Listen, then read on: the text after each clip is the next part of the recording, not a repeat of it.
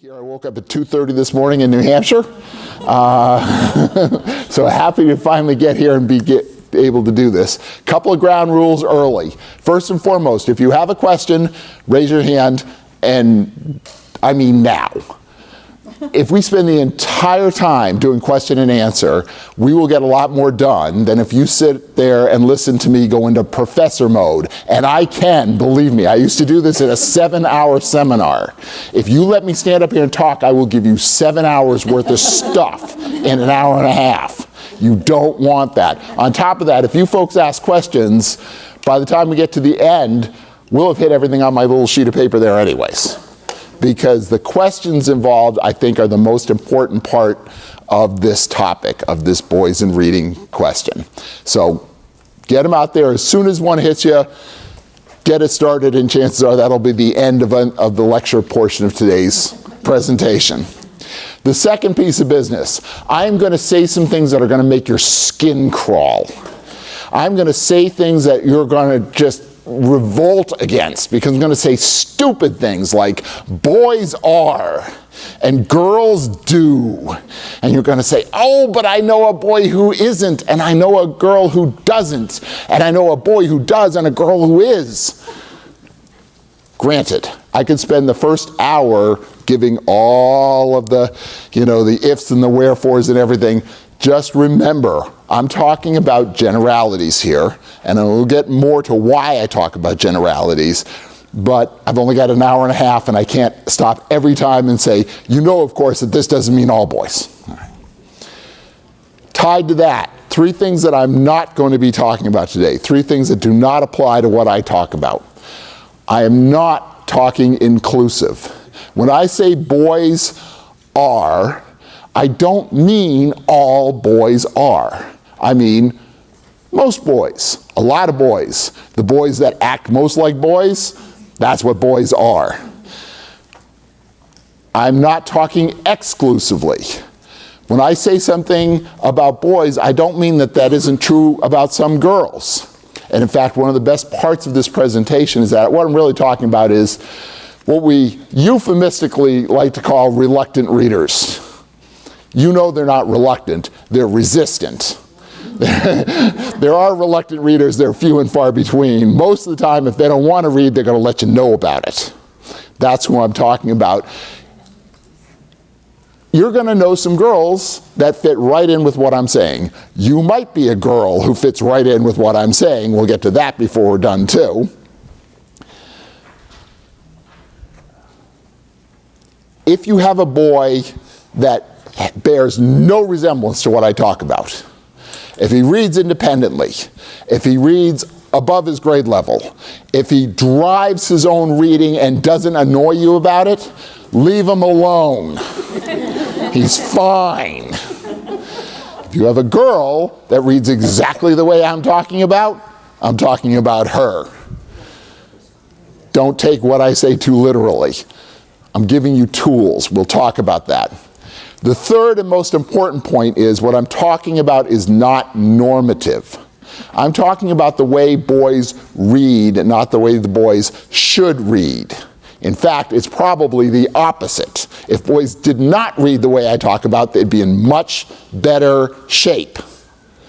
And the last thing I want to do is add stress to a boy who's uncomfortable about how his gender breaks down into our norms. We don't want to make life difficult for that kid, difficult enough as it is. Everyone agree with those 3? We can work forward from this? All right. Then let's talk about what we're going to talk about. The reading gap. You've all heard the phrase. What does it mean? Well, it means 1.5 years. That's the reading gap in America. The average boy, K through 12 in America, reads 1.5 years behind the average girl, K through 12. At which point we get up, we brush off our hands and say, well, that isn't really worth talking about for 2 hours, and we leave, right? Do you really care? 1.5 years? Does that really bother you too much? Well, that's not the bad news, unfortunately. Boys tend to enter school at just about the same level of language development as girls. How do you get to the 1.5 years average? By the time they reach the 11th grade, the average boy in America is reading 3 years behind the average girl. Does that concern anybody? Yeah. Yeah, that scares the bejesus out of me. That's why I'm out here talking about this. There's the really bad news. And I know we've got both school and public library people there. Can I see the school people? Raise your hands. Oh, good. Mostly I just want to see if you're paying attention, so I'm going to ask an occasion for you guys to raise hands. I do work with kids. I know how this works, all right? Here's the bad news. The reading gap gets worse every day that kids are in school. I know that sounds really, really harsh, but I might as well put it on the table now. Schools are not going to solve this problem. Sadly, libraries aren't going to solve this problem either. Schools and libraries are institutions. They're here to give support and service. They're not there to change anyone's lives. You're going to make the difference. Don't count on the schools to do it, because we have ample evidence that schools won't fix it. And am I picking on the American school system? No, because this is universal. Every single country in the PISA study in 2003, that broad research study of reading levels across the world, 22 countries in every type of situation, every single country, girls outread boys. And it's not our problem today. It isn't like we invented this. Every year since we started doing standardized testing, in every single test, in every identifiable age category, in every test for now, 45 years, girls have always outscored boys in reading. It's universal. It's always been that way. Sound like bad news to you? No, that's the best news you're going to hear all day. Why? Because it means there's something else going on here. Whatever you think the boys' reading problem is, there's something else going on. But, of course, the fact that boys don't read as well as girls shows up in a lot of really bad ways. Boys are twice as likely as girls to end up in special education. That's where I started my career. Any speds in the crowd? Couple of us? Yeah. The Marines of education. I started off as a special needs teacher in a special needs boarding school. Double coding school. The speds know what that means. You had to be ADHD and at least one other condition that would get you an IEP, or they wouldn't even look at you. Most of the kids that we got were court referred. You either go to juvenile detention or you go to this school. That was your choice. We got them.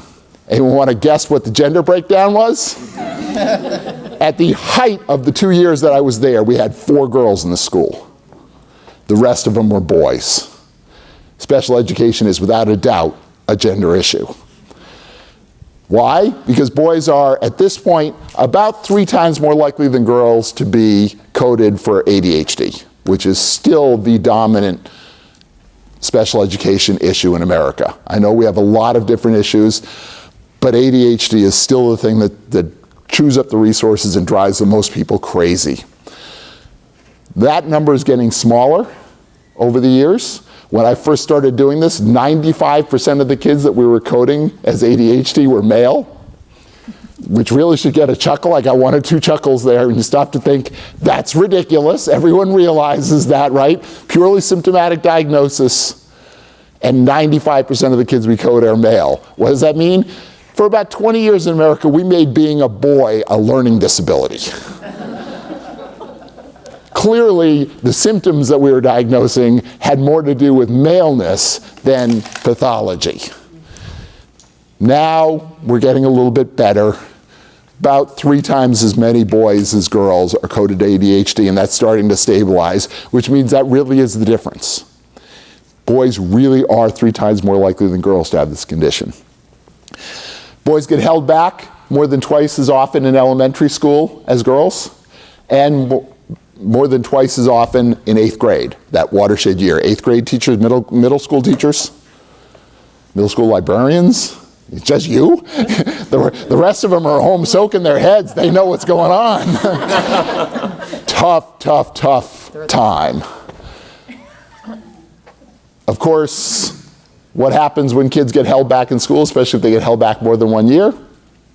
They're going to drop out, and the dropout rate is 4-to-1 in America. 80% of our dropouts in America are male. Does that surprise anybody in this room? No.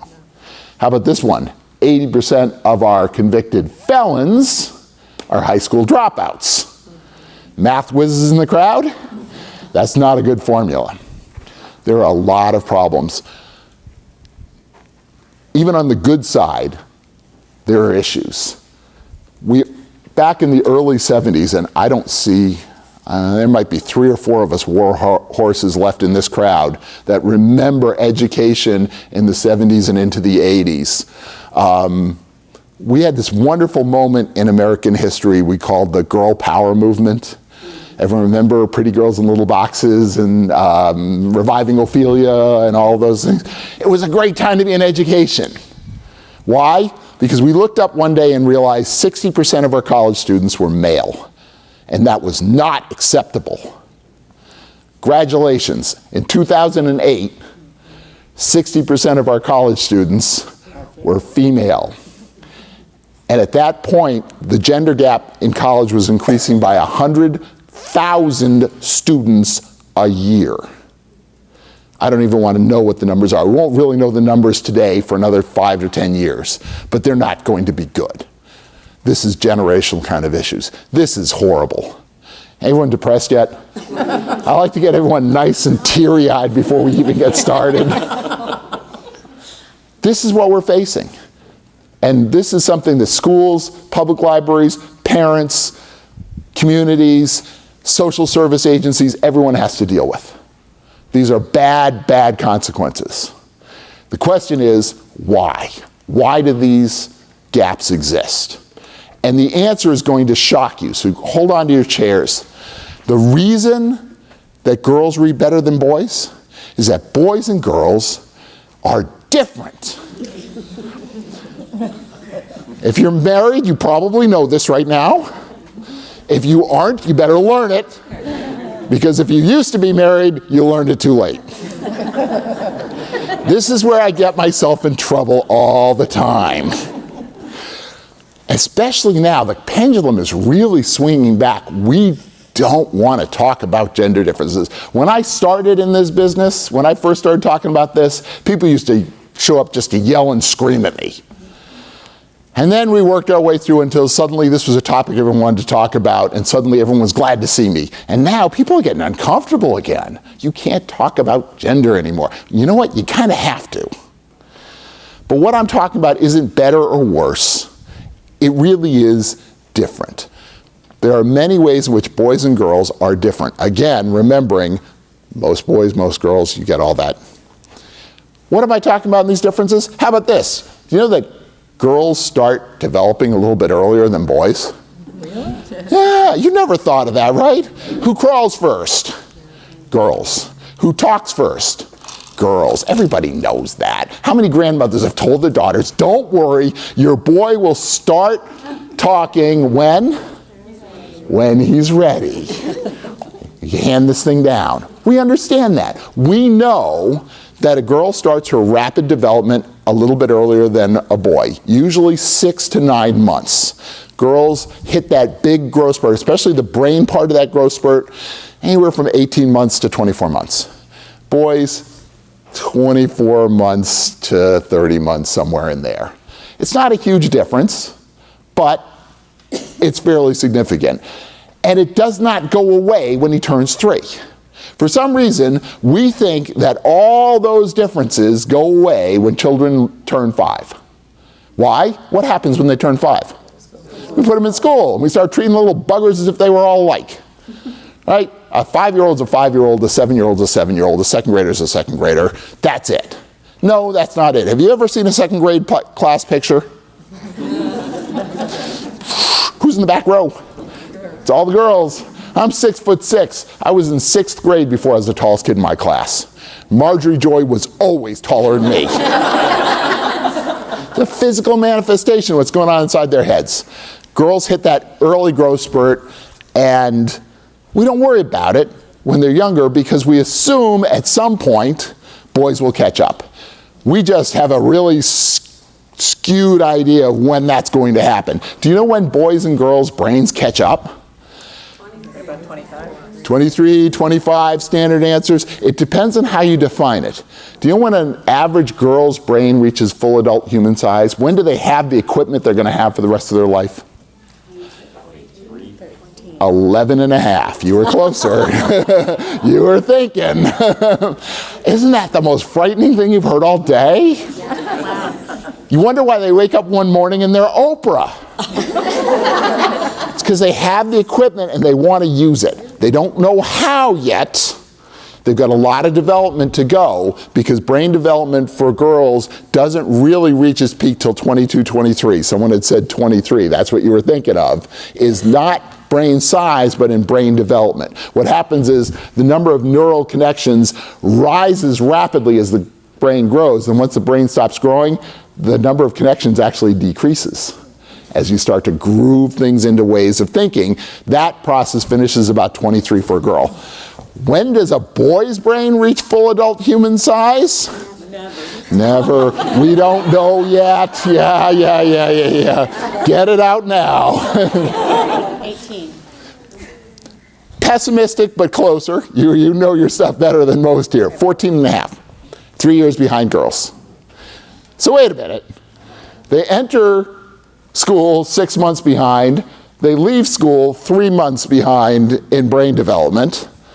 And what's the reading gap? 3 years. 3 years at its peak. There it is. There's your brain gap. We can go home. It doesn't exist. Boys don't read worse than girls. Girls don't read better. They just read at different times. If we just didn't worry about this, we would not have a problem. If we took that old grandmother's advice and said he'll read when he's ready, we don't have a lot of these reading problems. Of course, we don't do that, do we? All those years that we treat those little 7-year-olds as if 7-year-old meant something. What a huge problem. You want to solve the boys' reading problem? There's a process called academic redshirting. Anyone ever heard of it? Yeah. It's funny, the sports coach in the crowd here is nodding. He's saying, oh yeah, start all your boys a year late in kindergarten so they're a year older when I get them in football. Also really works for reading. Because at least those poor kindergarten teachers get to deal with kids at the same developmental level. Where's my kindergarten teachers? You're sitting together. I'm shocked.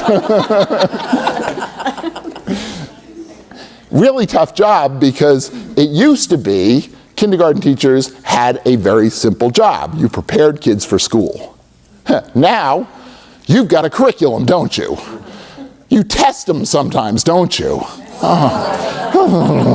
Horrifying.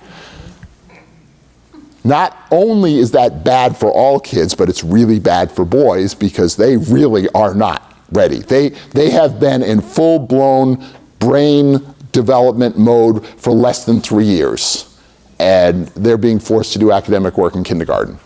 This is bad, bad news. If somehow we could hold every boy out of kindergarten for 1 year, at least the kindergarten teachers would have a fighting chance. Go ahead and suggest that at the next school board meeting. See how far you get. I've done it. It's really kind of funny, especially if you wear asbestos suits, because you're going to get it. A lot of what we'll talk about is just the reading gap. But let's get to some more differences between boys and girls. Do you know that we think differently? Really? Again, more chuckles out there. Oh, yeah. And I'm not talking about just the way we see the world. I'm going to get to that. But our brains are structured differently. A couple of different ways. Corpus callosum. Everyone know what a corpus callosum is? Probably not. Some of you do. As you've been in ed school in the last 20 years, you've heard of this thing. It's what connects the two hemispheres of your brain. It's traffic cop of the brain. Does very little other than make the two hemispheres work together. It's 10% larger and significantly more active in your average girl than your average boy. So what? So boys are working on half a brain. We knew that. Boys tend to focus their energy on one hemisphere or the other. It's kind of a misnomer that boys focus more on the analytical side. They do to a slight extent, but that's not the issue. The issue is you give a boy a task, he's either going to approach it analytically or creatively. And heaven help you trying to change his mind. Right? They get focused on it. Girls tend to think more holistically. That really helps when it comes to reading because guess what? All your language centers are spread out all throughout your brain. And you need to use both halves of your brain to read well. Again, back to the SPEDS, of course, anyone on the autism spectrum, the main problem in autism is that you're over-focusing on one side of the brain, and it's really hard to do high cognitive thinking. Well, guess what? It's called being a boy. That's why 80% of our autistic kids are male. Spread here, all right? Boys, of course, know how to fix this. Every boy knows that if his brain can't really handle the language that's being given to him, it's going to start to go to sleep. And what he needs to do is he needs to wake it up. Add a little stimuli to his environment. Some sound, some motion, some color, a little bit of kinetic energy. Sound like any boy you know? Sounds like every boy you know. Nature's a little joke. Girls, of course, don't need that little bit of extra energy because they've got the functioning corpus callosum, but they're so much better at picking it up. The hippocampus, the part of your brain that takes all of your sensory inputs and brings it together, is sitting right next to what part of your brain? Your memory. Oh God. Girls' hippocampuses are significantly larger than boys. By the way, these differences never go away. Every male in this room works more on one half of his brain than the other. Well, if we're at all average. And most women in this room think more holistically. Most women are better at picking up sensory intake than men are, despite the fact that men need the sensory input, which is why girls are 6 times more likely than boys to be able to sing in tune. I've never been to your school concerts. I imagine there's a couple of schools represented here. Let me tell you about your chorus. It is 22 girls and 2 boys in the back, lip syncing. Has so much more to do with how well you hear than how well you sing. If you hear well, you sing well. Girls hear better than boys. They sing better. Ever wonder why boys are so loud? Everyone recognizes that, right? No one's going to argue with me that boys are louder than girls. Everyone's got that. You notice I'm not using the mic. Diana was. Is there another identifiable group that's louder than everybody else? I mean, other than librarians? What group's the loudest group in your institution? Well, I was going to say teachers. You don't have the group that I'm thinking of. Public librarians know. Who are the loudest people in the library? The elderly. We don't pick on the elderly for being loud, do we? Why? Why are they loud? They can't hear. Why are boys loud? They can't hear. 1, their hippocampus isn't as active as a girl's, and 2, they're 1 to 3 years behind in brain development, which includes the auditory nerve.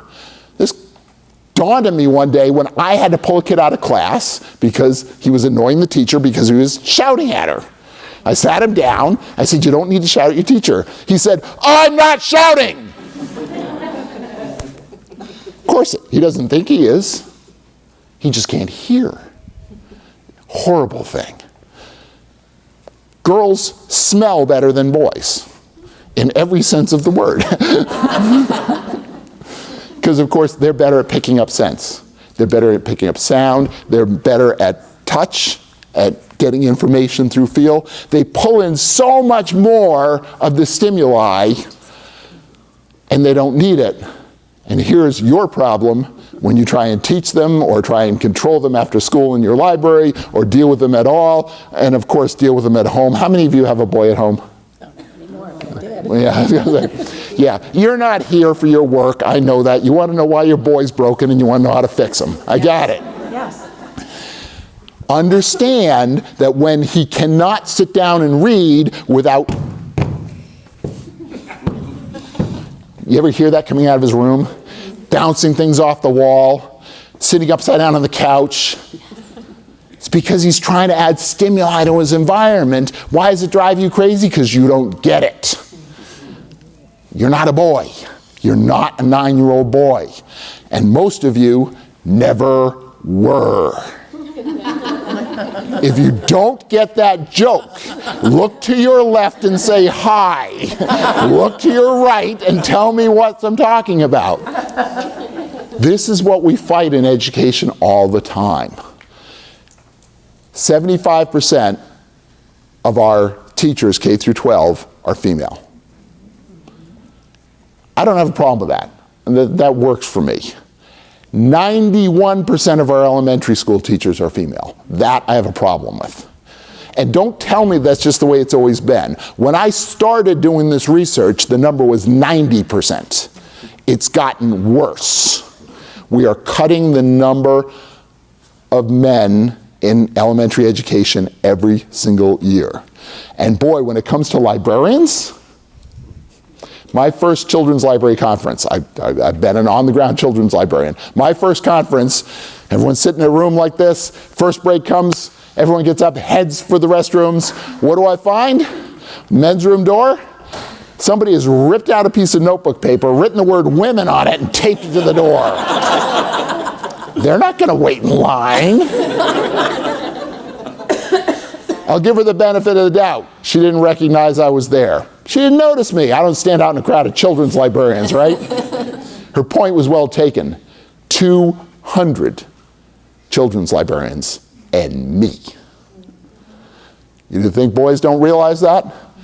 National Library Week, April every year. Libraries do the same thing. Story hour about story hour. Story hour about the library. Last craft we do, usually draw your story hour.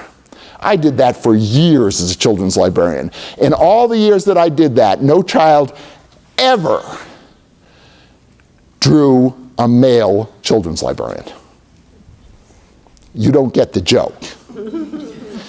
I was their children's librarian. These are 3-year-olds. They haven't known another children's librarian. It's me. You think boys don't notice? They notice. Different studies have shown that children are gender aware as early as 18 months, and probably earlier because it's hard to test them and find out. By 2.5, a study showed that children identify librarians as female. 2.5. We get this. Who's the first reading teacher for a child?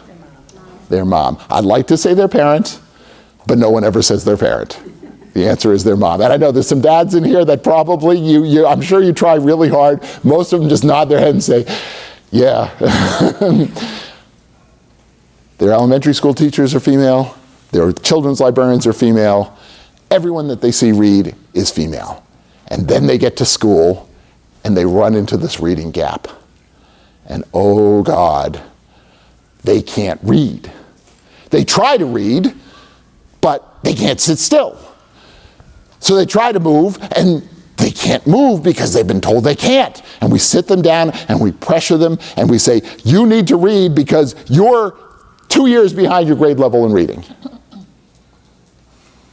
Grade level reading is the most ridiculous thing that we've ever come up with in education. And the funny thing is, most educators know this instinctively, even if you couldn't explain it. Let me explain it in analytical guy terms, right? You ready for the mansplaining? Here it comes. Because you know this. I'm going to tell you anyways, because I'm going to tell you in a way that maybe you can use to tell the next person who argues with you. Grade leveling means nothing. Grade level reading is the average at which we expect a 4th grader to read. There it is, 4th grade reading level. What do we know about averages? Half the kids are above, half the kids are below. But the average boy is 1.5 years behind the average girl in reading, through no fault of his own, simply because of his brain development and the fact that we insist on treating 9-year-olds like 9-year-olds.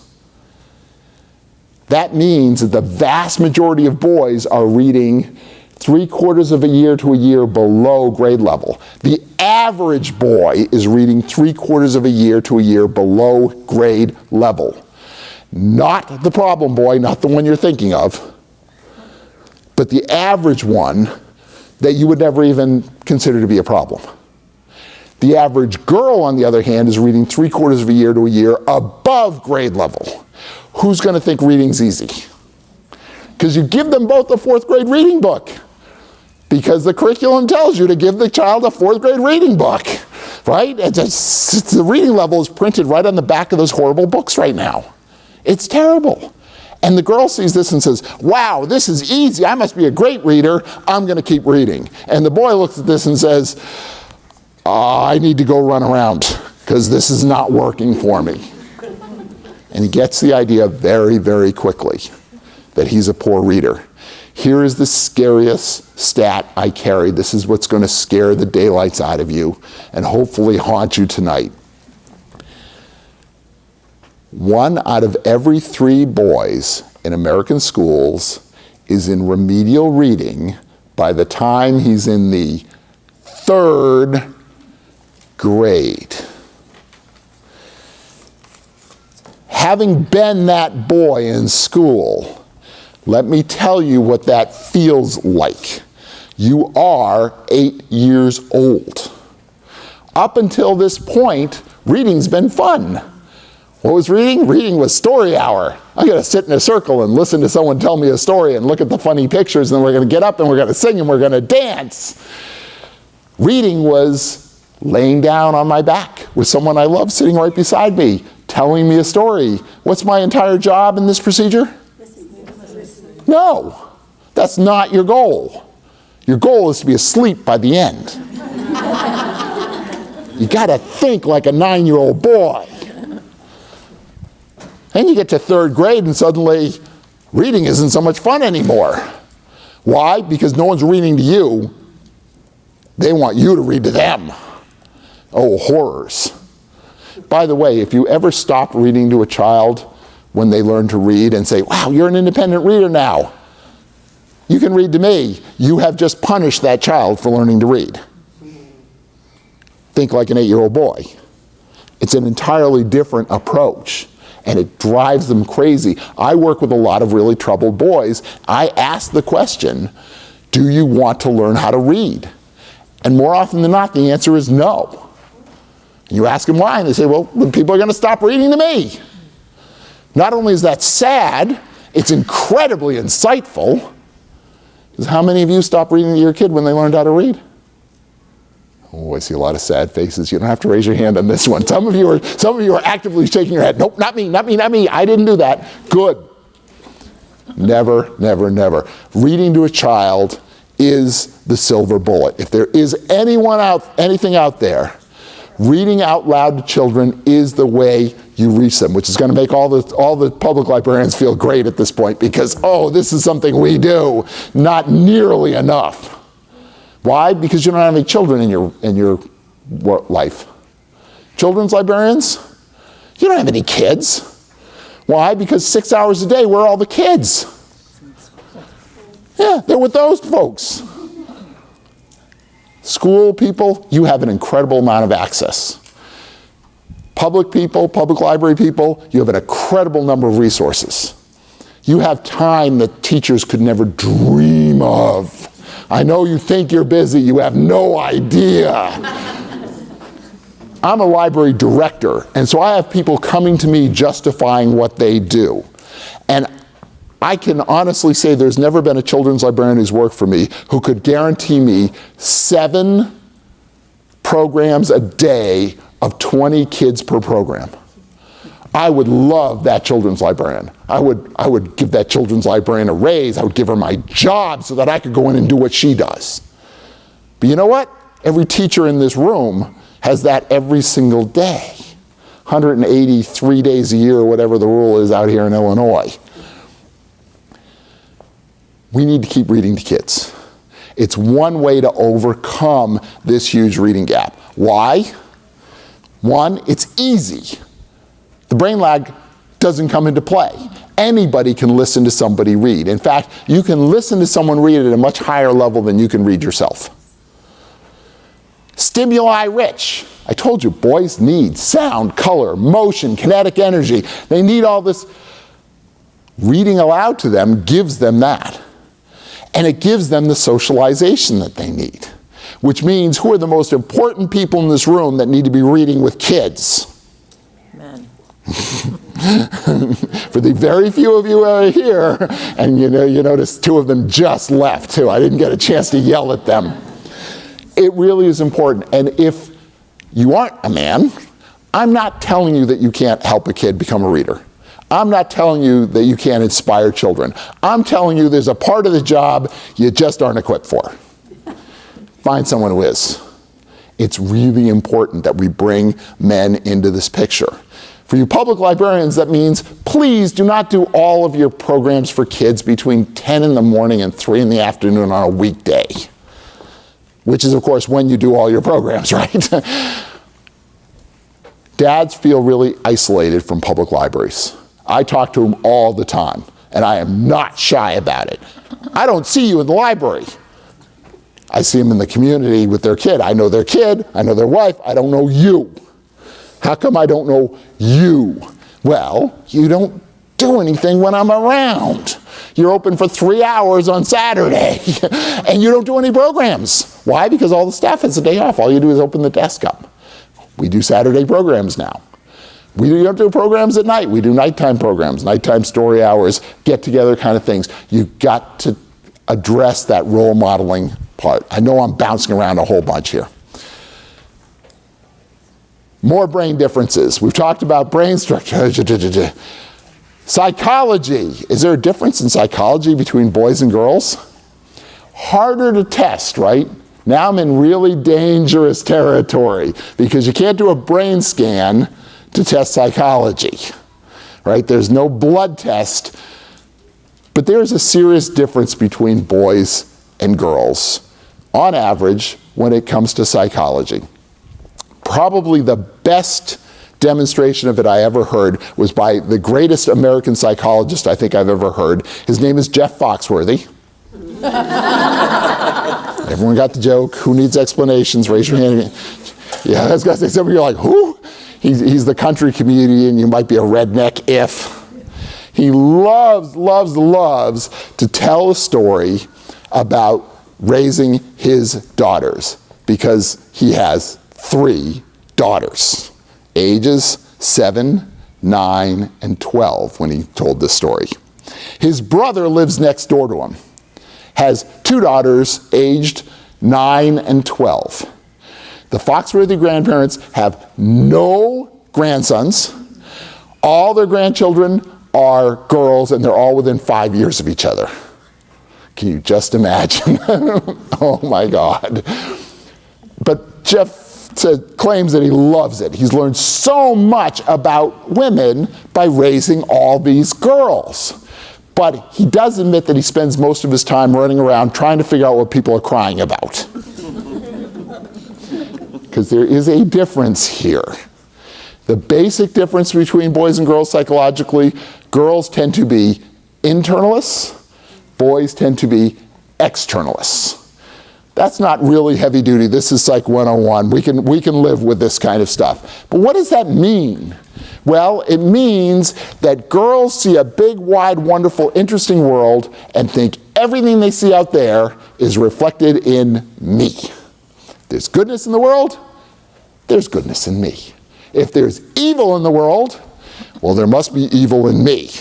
Which is why you might be a little bit hesitant to give unlimited access to the news or the internet to a 7-year-old girl. She might get a really warped idea of what she is, because that's all we see out there is the negative. Boys, very, very different. They see a big, wide, wonderful, interesting world and figure if I don't get out there quick, it's going to leave me behind. They feel no connection to the world around them.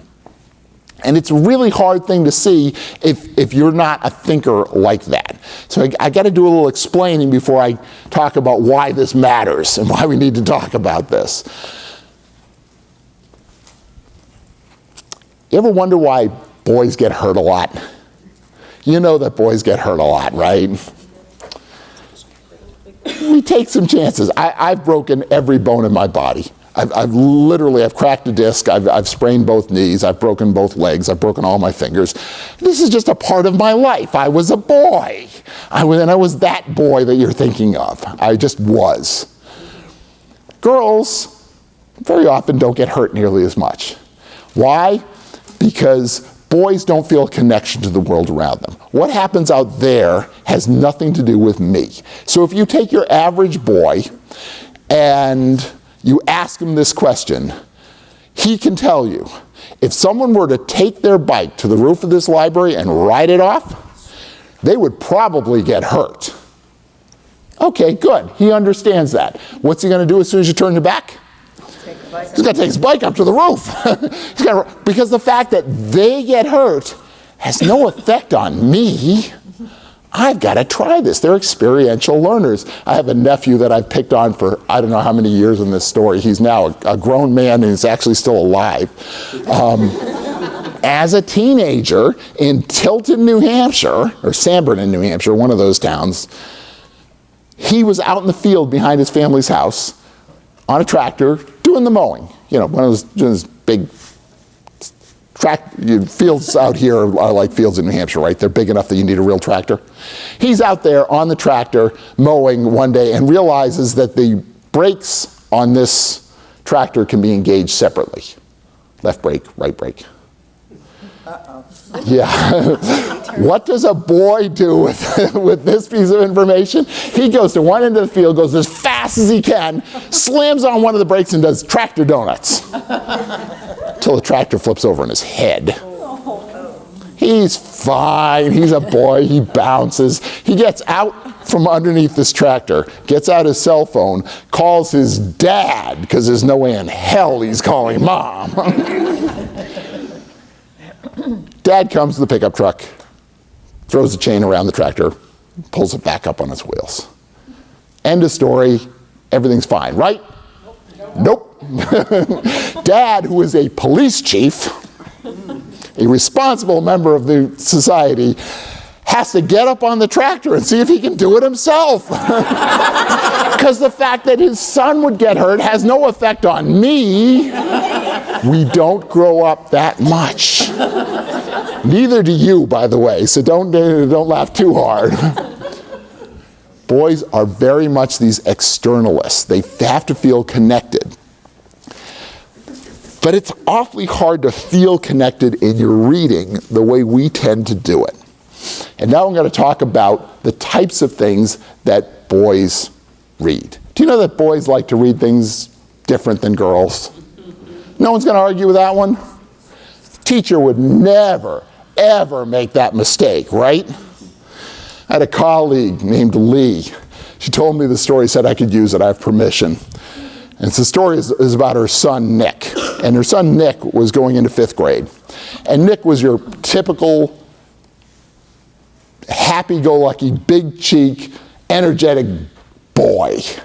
All right? A just football-playing, mudball-chucking guy. Not one of the great English scholars of our generation. And everybody knew it, including Nick, of course. 4th grade teacher actually told the 5th grade teacher, watch out, Nick's coming. Well, the first week of school, Nick shows up, and Nick is a great English student. He does all his reading. He passes all of his quizzes. He aces his tests. He reads aloud in class. He involves himself in discussion.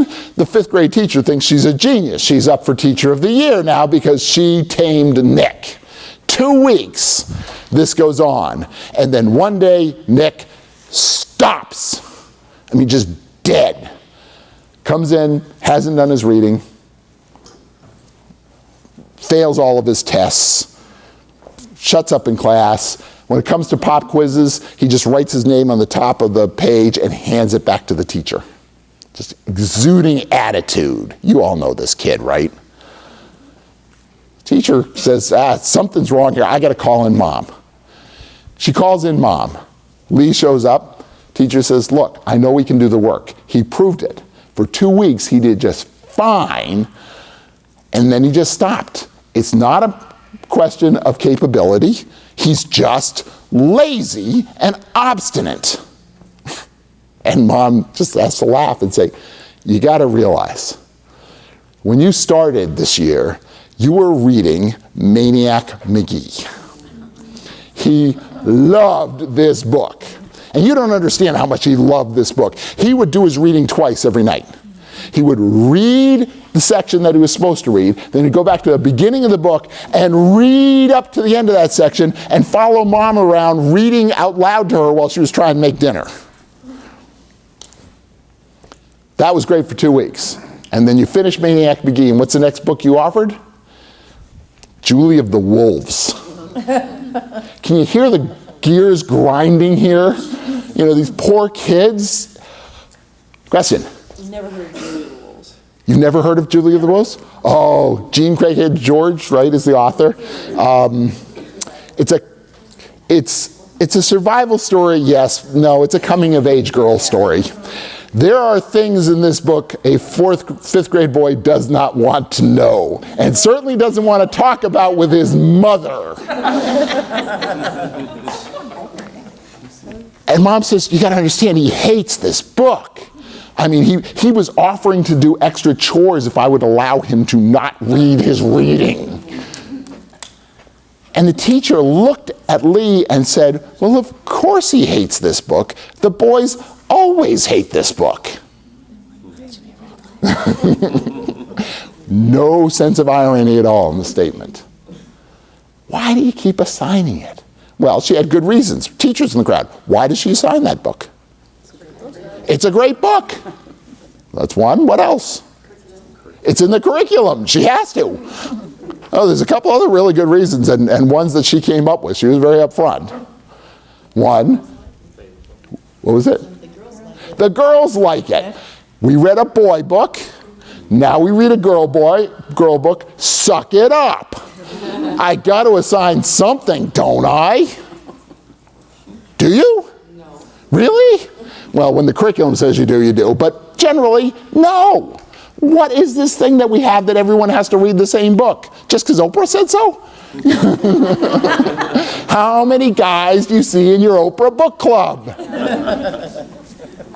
I'm going to go back to Oprah a lot because the Oprah book club phenomenon just really amazed me because I am a book club junkie. I love it. In fact, Wednesday night, we were doing Devil in the White City. Why? Because I suggested it. And I get my way sometimes in my library. Up until this current book club that I have right now, I had never seen a guy in a book club before. And I've been doing this job for 30 years. For some reason, I have a book club now that has a couple of guys. So when I say we're going to read Devil in the White City, we read Devil in the White City. I got people backing me up. But how we read and what we read really does matter when it comes to gender. Not all. There are certainly guys like me who love book clubs, even the way we do them. And there are certainly women that will stay away from them. But by and large, book clubs are a female phenomenon in America. How many people here are in book clubs? Yeah. Everyone see the gender breakdown? By the way, it's not very representative. There's two other guys and their hands are down. In fact, they're shaking their heads going, no, not me. But you know what? Yeah, women show up to book clubs. The problem is we run classroom discussions like Oprah's book club. Everybody reads the same book. It's usually a novel. It's almost always fiction. And it's character-based. And we sit around and talk about the book. And when people sit around talking about the book, what are they going to talk about? The people in the book. It's character-based fiction, character-based novels. We have a big problem in this country in education. We use the term fiction, literature, and novel as if those three things meant exactly the same thing. And boy, they don't. And who gets hurt on this one? Boys. Boys don't read for character. Why? Because boys are externalists, not internalists. Girls, because they're internalists, think that the world works on cooperation and communication. How do you fix a problem? Well, you identify the problem, you get people together, you agree, that's the problem, you come up with a solution, you work together, you fix the problem, done, right? That just makes sense. If you're a girl. If you're a boy, I just described a committee. Committees, camels were horses designed by committees. Committees don't work. Boys, because they're externalists, don't work on communication and cooperation. They work on the Home Depot approach to life. Rules and tools. Help me to understand how the world works. Why does the problem exist in the first place? And then show me how to manipulate things to make them better. That's all a tool is. It's a manipulation device. A hammer manipulates a nail. Bang. Problem solved. And you don't need a committee to talk about it. Oh, is this going to make a difference when we read? Sure. Because kids, here's the only inspirational thing I'll say all day. I'm not big into inspiration in case you haven't noticed. Kids read to become better people. Because it's a version of play. Just like lions, learn how to become better lions by their play, kids learn to become better people through their reading. But how you become a better person depends on how you see what a good person is. Girls will read to understand communication and cooperation, which means what part of the book are they most interested in? The characters. They want to see how people interact to change the outcome of the book. Make sense? Of course it does, because you're a girl. Boys are looking for rules and tools. They're reading to see how actions affect the outcome of the book. And so what are they interested in? Plot, the events, yep. What moves the story along? Oh, that's going to put them on opposite sides of things. Why? Because we have a very clear picture of what a good book is. Someone said that earlier. Why do you assign Julie the Wolves? Because it's a good book. Who says so? That's a serious question. Who said it was a good book? Because we all know who it was. Oprah. No, it was 12 people sitting in a room. The Newbery Committee. I was elected to the Newbery Committee once. They didn't let me take my seat. For beer sometime, we'll tell you about how that all came about. But I actually won the election. The top 6 vote getters get on the Newbery Committee. I was the top vote getter that year. And they didn't let me take my seat. Fun story. Very few guys ever end up on the Newbery. And certainly I was not going to be one of them. Because I've been picking on the Newbery Committee for 10 years when this happened. That's why I got elected. It was a protest vote. Yeah, the Newbery Committee says this is a good book, so it must be a good book. It's on the curriculum. Someone said that earlier. Why do you sign Julie Wolves? Because it's on the curriculum. Oh, who writes the curriculum? Yeah. Teachers. And women. Yeah, we know where that leads, right? We've been around here. It's number 75% of all teachers, 91% of all elementary school teachers. It's not that anyone has a bias here, an intentional bias. You just don't see the world the same way because you don't really understand what it is to be a 9-year-old boy. You aren't, and you never were. What we determine to be good literature really does affect boys. Why? Because they're constantly being told, this is a good book. And the book that they're shown has no interest to them. What are the kind of things that boys like to read? I don't have to tell you this. You can name this one off. What do boys like to read? Nonfiction, comic books, graphic novels, action, sports, adventure. You're missing the big one. War. Fantasy is good. War is good. You're still missing the big one. Sci-fi. Video games. Yep. Jokes. Someone said it. Who said that? Yeah. Humor. Humor is the big one. Although really nonfiction is the big one. But all the things that I just mentioned have a couple things in common. One, they're all plot-based. Two, they get absolutely no respect. And Gordon Corman used to tell this joke all the time. It was just great.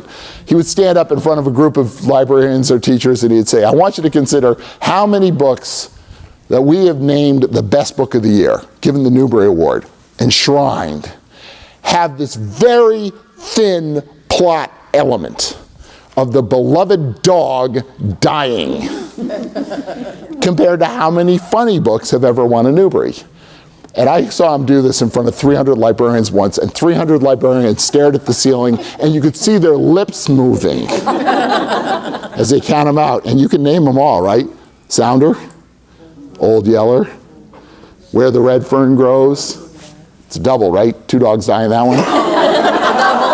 Someone said Shiloh, Higher Power of Lucky. You want to go on and on and on. Think about all the dogs that have died for the purpose of good literature. And at the time, of course, there had never been a book primarily of humor that had ever won the Newbery. Fortunately, soon after he started telling that joke, the Newbery Committee got the hint, and they listed Last Exit to Norveld, a truly funny humor book. Great. I was telling them the same joke as I was going around and saying, no sports book has ever won a Newbery. And no Gothic horror ever will. A couple of years later, they got the hint. They named the Graveyard Book. This smacks of tokenism, right? Everyone can see this. What was the last nonfiction book to win a Newbery? The what? The first one. It was close. I think it was the 4th one. Yeah, the Daniel Boone. There's been one since. The Lincoln Photobiography. 2 nonfiction books in the history of the Newbery. And for all you librarians who are thinking, wait a minute, there was a poetry book. Poetry is not nonfiction, it's Dewey. There's a difference. Teachers, you don't need to get that joke. Librarians, hang your heads in shame. The fact of the matter is, all these things that appeal to boys, we give zero respect to. Why? Because we just don't get it. Nonfiction is the biggest one. We don't think that nonfiction is reading. And as much as you think you do, you don't. Roy Doron did a wonderful research study, 10,000 free reading choices up in Canada. He got to sit there with a notebook every time a kid in a 4th, 5th, or 6th grade classroom went to the school library, went to the classroom library and picked out a book. Roy Doron wrote down what gender the kid was and what the kid took out. Boys chose 3 nonfiction books for every 4 fiction books. Given free choice, go read something for fun, almost half of their reading they chose was nonfiction. And then Doron went in and counted up all the books in the classroom library. 85% fiction. Tells us 2 things. Boys really love nonfiction, don't they? The other thing it tells us, we don't get it, or we wouldn't be building classroom libraries that were 85% fiction. I went to a talk to a school faculty, 300, it was a school district. They brought me to the brand new high school they had just built. They were so proud. They were showing me around. They walked me into the school library, which was just gorgeous. It was huge. 2 big wings, and above the 2 wings of the school library were big wooden signs painted in bright red letters. And on one side it said, nonfiction. And on the other side it said, reading books.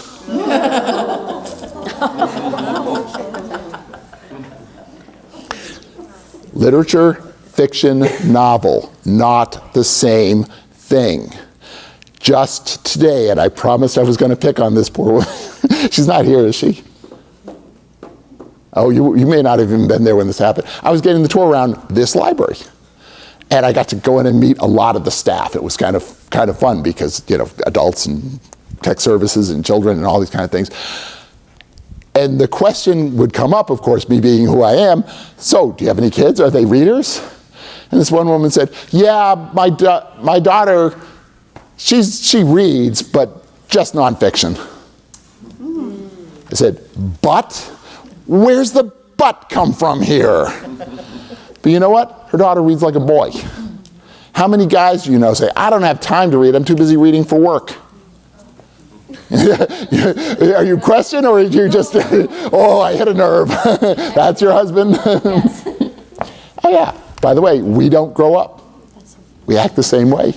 What makes nonfiction reading any better, any worse than fiction? Are nonfiction writers just worse than fiction writers? Is that why they've only won 2 Newberys in 67, 68 years? Or do we just not respect them? You want to know the true sign that we give no respect to nonfiction? It's the Siebert medal. Why is that bad? Because we have to give a medal specifically to the best nonfiction book, because there's no way in hell that we're going to give the Newbery to that. You know, they don't give a top quarterback in the NFL award. They do, they just have a different name for it. It's called the MVP. Right? You give a special award to linemen, the best lineman, because you know a lineman will never win the MVP. Same thing with nonfiction. We don't respect it, despite the fact that it feeds that externalism that boys love so much, despite the fact that it still has pictures in it long after the pictures have disappeared from their fiction books. Boys love pictures. Why? You should be able to answer this one now. Stimuli. There we go. Some of the most powerful stimuli you can get to wake your brain up is refocusing the eye, which is, by the way, when a boy is in your classroom staring out the window, he's probably paying more attention to you than the boy sitting right beside him staring at you with that glassy eye. Because refocusing the eyes at height and distance is a powerful way to wake the brain up. Plus, of course, nonfiction reading is in short little bits. Right? You can read a paragraph and feel like you finished something, as opposed to a 43-page chapter in a chapter book. That how many parents have I heard say, you need to read a chapter book? How many chapters are there in Hugo Cabaret? Oh, a lot. Yeah. Smart. And he put the pictures back in there. He's thinking. Right? Give him something short, accomplishment. Give him something real, something that gives him rules and tools. Give him something with pictures in it. He's a happy guy, which is why, of course, boys tend to like graphic novels and manga. I know girls like that too, yep. And so that would be audiobooks. They should be real big fans of audiobooks. And ones with accents. That Yes. Yeah, why was Harry Potter so popular? Because an awful lot of those kids that read it listened to it. And Jim Dale is fantastic. Do you remember what the audiobooks were when we were kids? Well, most of you are so young anyways, that's not going to... Some of us war horses remember the first audiobooks were read by professors. What they were is they were volunteers who had read these books for the blind, that somebody thought, duh, maybe somebody else might want to hear this. Nowadays, there's professional readers and music and song and production value and actors and actresses and sometimes entire casts, and it's beautiful and it's full of stimuli, and we don't respect it. How many question? Yep. And it's still okay Oh, absolutely. to do the audiobook and not read the book. Yeah, here's the research. It's not enough that I answer yes. You got to be able to prove it. Here's the research. The book is The Power of Reading. The author is Stephen Krashen. He is a god among men. He took 30 years of education research and just boiled it down. There's, by the way, in that book, The Power of Reading, there is no original research whatsoever. There's not a lick of it. He does plenty of good research, but not for that book. He just took 30 years of education research and compiled it and said, what works? And he came up with a very short list. One of the greatest insights was listening to formal language read out loud has the same language attainment effects as reading yourself, with one notable exception. What's the only part of language you can't pick up from listening? Spelling. Do you care how well your kids spell? No. I really don't. When we're talking about the boys that we're talking about now, spelling is the least of your worries. Audiobooks, pictures, the graphic novels, descriptions of action. Here's the most amazing research that's come out in the last 5 years, and it is just fantastic. The way boys learn language, I gotta shut up in 5 minutes. The way boys learn language, When a new piece of vocabulary is introduced, the brain will stimulate the nerves for the muscles involved. When you teach a boy the word run, his leg twitches. Isn't that the most mind-blowing thing you've ever heard? That's incredible. And there's still a lot of this research that needs to go. It's still very young. And I hate quoting research that isn't very well established, but this one I gotta hold on to. When boys think, their muscles react. Girls don't tend to, and of course when you get girls on the boy side of the spectrum, they do, but in general, girls really don't because those parts of their brains are separated. And boys do, which means sports books, books about action, adventure, outdoor, climbing, falling off cliffs, fighting bears, stuff like that, actually stimulates the brain, and we know that that's what boys need in order to deal with language very well. Of course, we have no respect for sports books. The greatest sports book in the last 10 years was a book called Unstoppable by Tim Green. Oh my God, that's a great book. Have you ever listened to him talk? He's one of the funniest human beings on the planet. No, I've never heard Tim Green. I gotta look him up on YouTube. But Tim Green wrote this book, and I almost didn't read it because people send me suggestions of books to review all the time. I review books for my website. Do we do those handouts? No.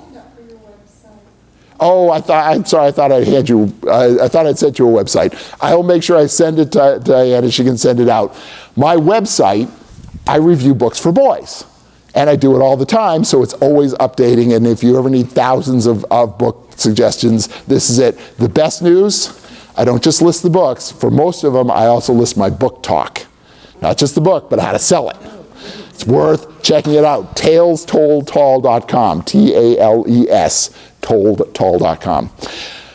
I got this suggestion, and I almost didn't read the book because the report that I got was this was so much more than a sports book, which is usually the kiss of death.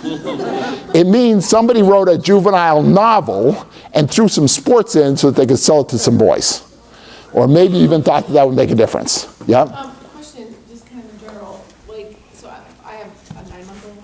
Yeah? And so we're reading to him and things like that. So, I mean, should you gear it for, infant picture books are... I was going to say, this is going to be our wrap-up point, and it's actually a good time. Let's start wrapping this one up. Let me answer that question in a bit of a long form, because you get the point here, that the types of things that boys like are going to feed towards that externalist. You're not going to get them.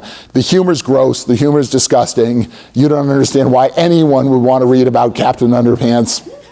You're not a 9-year-old boy. I know some of you love. By the way, I promised I would say why some of this will resonate with you. There are people in the middle of this spectrum between the boy and the girl worlds that kind of have a different way of looking at things because they're kind of caught in the middle.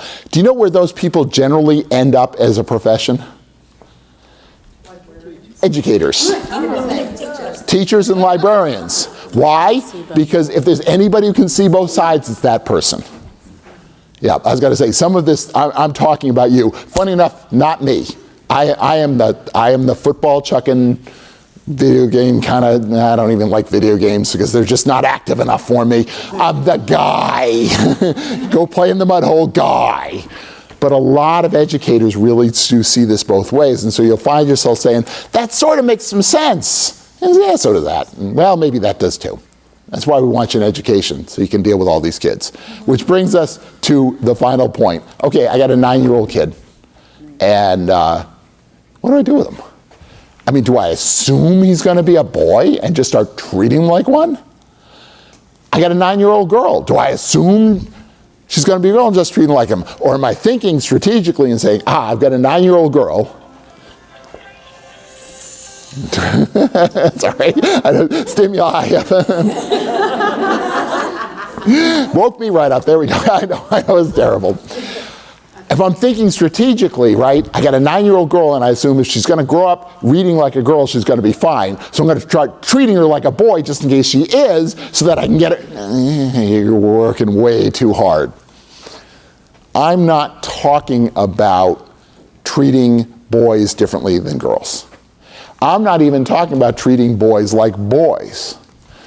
I am very much in favor of the one thing that everyone yells at me about, which is, you really should treat kids as individuals. I hear that all the time, as if this is an argument against what I'm talking about. For people who just aren't listening. If that's what you're hearing, you miss the boat here. We're going to fix this.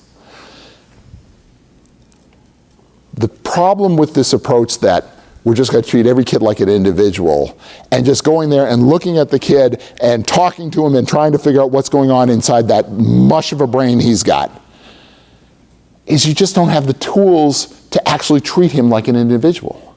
You don't have the background. What I'm giving you is some explanation. If you stare into those blank eyes and have no idea what's going on behind the curtain, maybe some of what I'm talking about is going to come back into your head and say, oh, I get it. This kid's stressed out. This kid has been told too long that he's a terrible reader. He believes it. This kid has been told that this is a good book and it means nothing to me, so I must be a bad reader. This is a kid who's got an older brother who is the charmer of the family and he's doing just fine, and I'm going to fight all of it because I'm an externalist and I'm not going to feel that connection to that boy. All those things that come up now you're going to start hearing those little niggling voices in the back of your head. And on top of that, you now have some tools to address them with.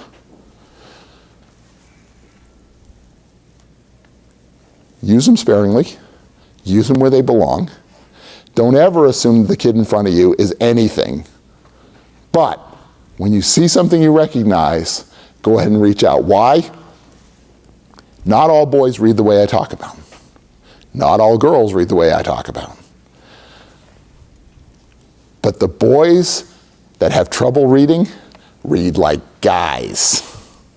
The girls that have trouble reading read like guys. When you have a troubled reader, not a reluctant reader, a resistant reader, don't sugarcoat it. When you get that problem, realize they very well may be just reading the way their brain naturally works. At that developmental stage, with their psychological baggage, with all the structure behind it, what he's doing is not being antagonistic, he's not being lazy, he's not being obstinate, he's being him, and hopefully now you have some tools with which to serve him. If I gave you that today, I'm happy with the 6 hours of flying to get here. That's the end of my presentation. Any more questions? Come on. I was going to say, there should be a few. Well, I was just looking at these bookmarks that you had out there, and it looks like the majority of them are geared for teens. That's because it says teen? I have no idea. I didn't put those out. I haven't actually gotten a chance to look at them myself. Recommending these books. No, I thought I had sent a handout, and which had a bunch of titles, and I'm covering picture books all the way. I will make sure they get forwarded on to you. I'm sorry, they got lost in translation. Just to make sure I'm like rocking the concept. Dan Brown writes boy books. He writes crossover books. And I didn't get a chance to talk about this. Okay, but I'm glad you brought it up. There are some very few authors that have the ability to weave character and plot together in a way that doesn't sound forced to one side or the other. I was going to say, you can judge how well some of these authors do it. Although I'm going to name a couple, and you're going to say, yeah, I get it. Okay, that one, da-da-da-da-da. And so often it's not even an author, it's a book. Because this is pure magic, right? This is alchemy when you can do this. When you can weave plot and character, where you can weave humor in a way that it doesn't look like it was thrown in there in order to appease somebody. When you can bring in action in a way that seems realistic to the characters. This is really amazing writing, and there are very, very few that do it. I used to do a program every year with Nancy Keene. Who knows Nancy Keene? One of my favorite people in the world. She works 20 minutes from me. We have a ball. And for years, we would do he said, she said book talking at a library conference in New Hampshire. I would pick my most boy-happy books. She would pick her most girl-happy books. And we'd get up there and we'd pass them back and forth and make jokes about each other and all the pink covers that she had and all the gross blood and disgusting stuff in mine. And there were 2 books that ended up on both of those lists. No, I'm sorry, there's 3. There was 3. One of them was a series of books. So 2 books and a series that in all the years we did that showed up on both of them. Now this was after the publication of some of the great crossover books for kids, and you know these. Harry Potter, number 1 on the list. Maniac McGee, I already mentioned, which is the big joke of the Lee story. It's not that they read a boy book and a girl book. They read a crossover book and a girl book.